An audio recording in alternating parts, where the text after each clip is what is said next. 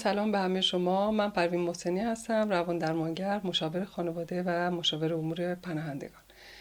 در این گفتار از اختلال روانی، مهاجرت و پیام‌های اون با شما صحبت میکنم. اختلال روانی عموماً به رفتارهایی گفته میشه که برای فرد رنج‌آورن و منجر به افت عملکرد او در زندگی شخصی و اجتماعی میشن.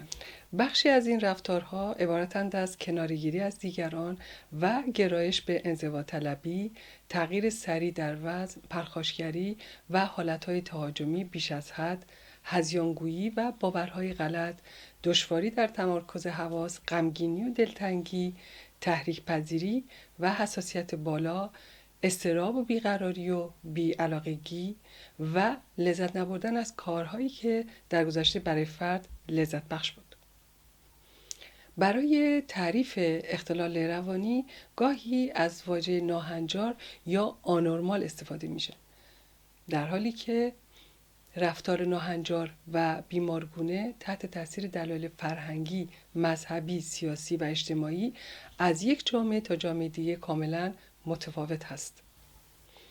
به عنوان مثال در تعدادی از کشورهای دنیا همجنسگرایی یک اختلال روانی محسوب میشه، در حالی که در دیگر نقاط جهان به عنوان یک نرم جنسی پذیرفته شده.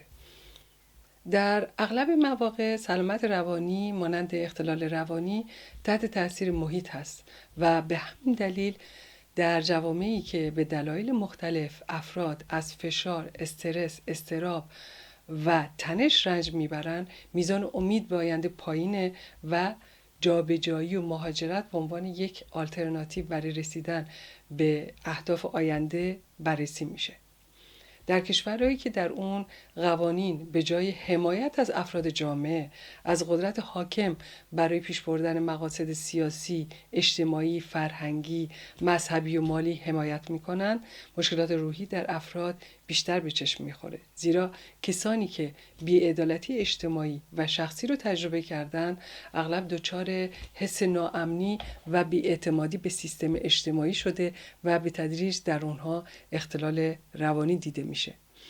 اما همه اون چی که امروزه به عنوان اختلال روانی به خصوص در زنان، کودکان و نوجوانان تشخیص داده میشه، بیماری‌های روانی جدی نیستن، بلکه مشکلات اجتماعی هستند که به عنوان بیماری مطرح شدن. به عنوان مثال در جوامعی مثل ایران یا افغانستان، زنان به عنوان نیمی از افراد جامعه از حقوق اولیه انسانی محروم و از مشکلات شدید اجتماعی رنج میبرند و در تداوم این مشکلات اونها دچار ناامیدی، اضطراب، افسردگی و سرخوردگی و سپس مشکلات روانی میشن. خشونت با زنان و دختران جوان که حجاب اجباری رو قبول ندارن و هر لحظه تهدید و ارعاب رو در فضای عمومی تجربه میکنن، موجب پایین اومدن اعتماد به نفس در اونها شده و قدرت دفاعیشون رو متاسفانه در مقابل ناملایمت کمتر میکنه. البته اون چه در یک جامعه جزو استرس های معمول زندگی محسوب میشه، در مکان دیگه ممکنه استرسی غیر معمول بوده و انتظارات فرد از یک جامعه تا جامعه دیگه میتونه کاملا متفاوت باشه. در کشورهایی که استاندارد امنیت اجتماعی پایین هست، افراد به طور دائم دچار ترس و اضطراب در خارج از خونه هستند و ناهنجارهای روزمره حس اطمینان رو از اونها میگیره، مثل خطرات رانندگی و تصادفات ناشی از اون در این سری از کشورها.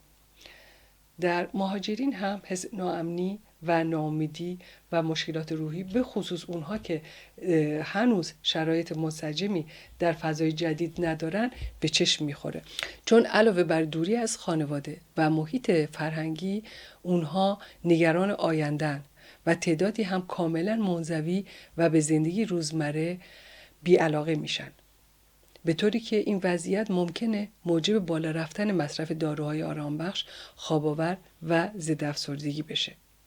به عنوان مثال یکی از پناهجویان که مدت طولانی در انتظار جواب پناهندگیش در یک کمپی در بلژیک به سر برده بود، دچار بحران روحی و توهم شده و برای فرار از این شرایط به الکل پناه برده بود و تا مدتها از اختلال روانی رنج می برد.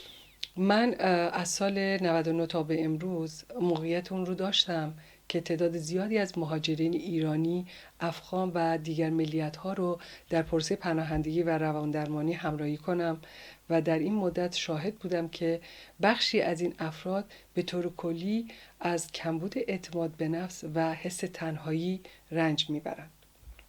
اونها غالباً نگران آینده‌اند و فکر میکنن که در جامعه جای خودشون رو پیدا نکردن و به هدفی که میخواستن نرسیدن. مثلا در انتخاب درس یا کاری که مورد نظرشون بوده موفق نشدن و به این دلیل تصور میکنن که جامعه هم به نوعی اونها رو طرد کرده. گاهی تنش‌های روحی موجب میشه که افراد عزت نفس خود رو زیر سوال برده و در دوری باطل خود یا دیگران رو مسئول عدم موفقیتشون بدونن و به همه چیز با شک و تردید نگاه کنن. گرایش به انزوا طلبی پیدا بکنن و یا دچار عدم تمرکز حواس، غمگینی و دلتنگی، تحریک پذیری و اضطراب و بیقراری بشن. اگر شما هم در خود این دور باطل رو احساس میکنید، بهتره که درباره اون با افراد مورد اعتماد و متخصصین در این امور گفتگو بکنید. به طور کلی صحبت در مورد تجربیات جدید موجب میشه که حس بیگانگی با تغییرات محیط کمتر شده و افراد با کسب تجربیات و مهارت‌های تازه بتونن با راه‌های مقابله با مشکلات از قبل آشنا بشن. وقتی موقعیت و شرایط محیط به هر دلیلی عوض میشه، کسانی که دارای بافت فکری مثبت‌تری هستن و نیمه پر لیوان رو میبینن، خود رو با محیط جدید بهتر وفق میدن و بدین وسیله میتونن سلامت روانی خودشون رو بهتر حفظ بکنن. برای رسیدن به تعادل روحی، خصوصیات فردی، داده‌ها و آموزش‌های خانوادگی و محیطی بسیار تعیین کننده هستند. بنابراین در موقعیت جدید کسانی که به توانایی‌های فردی خود باور بیشتری دارن، حس امنیت رو در خودشون بالا میبرن. حس تعلق به افراد و گروه‌هایی که با اونها حرف و علایق مشترک وجود داره، میزان ترس و ناامنی رو پایین آورده و حس آرامش بیشتری در افراد ایجاد میکنه. تا به حال تجربه کرده اید که یک راهپیمایی یا کوهنوردی گروهی در یک روز آفتابی ملایم با افرادی که مثل شما از این کار لذت میبرن به چه میزان موجب آرامش شما میشه؟ یادتون نره که لذت بردن از چیزهای ساده زندگی نگاهتون رو به پیرامون مثبت‌تر میکنه و نگاه مثبت تندرستی روحی و روانی رو بالا میبره. رفتار امروز ما نتیجه تربیت دیروز ما هستش. تربیت هر کودک از یک نسل قبل شروع میشه. تنها پدر مادر مسئول نیستن، نظام حاکم و جامعه هم مسئول هست. پس تلاش کنیم دنیای بهتری رو هم برای خودمون هم برای فرزندانمون بسازیم. در گفتار آینده درباره استرس و اضطراب و چگونگی به وجود آمدن و راه‌های برون رفت از اون رو با شما صحبت خواهم کرد. شاد باشید.